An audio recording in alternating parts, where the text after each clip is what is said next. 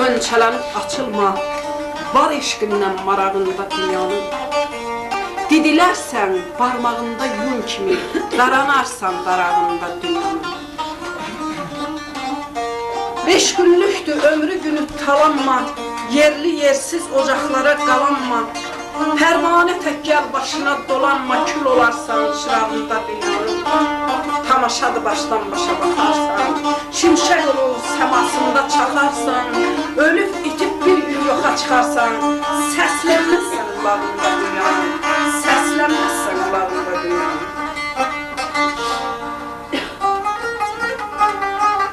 İsitmir canımı qazıl istisi, qoy dolsun gözümə ocaq tüstüsü, yadım plovundan yarma istisi olar mənim üçün balı dünyanın.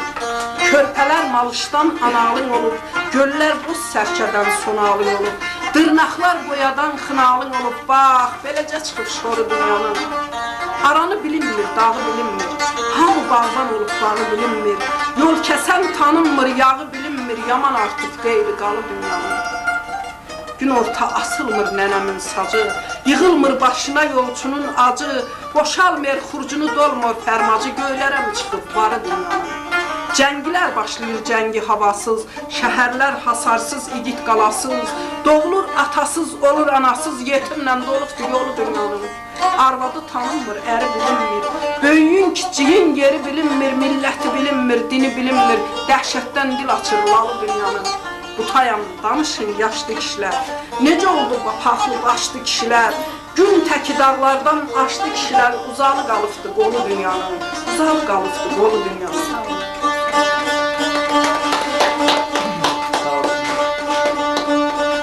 Ay gecəni süpərdə, durur keşikdə.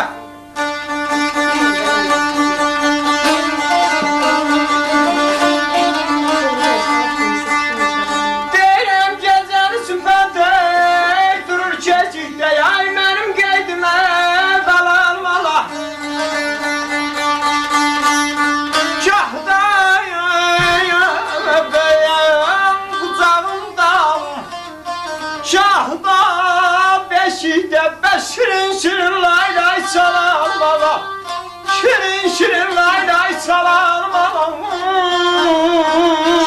çalar baba. Gözümü dünyaya açan tahtımda eyleşen sultandan.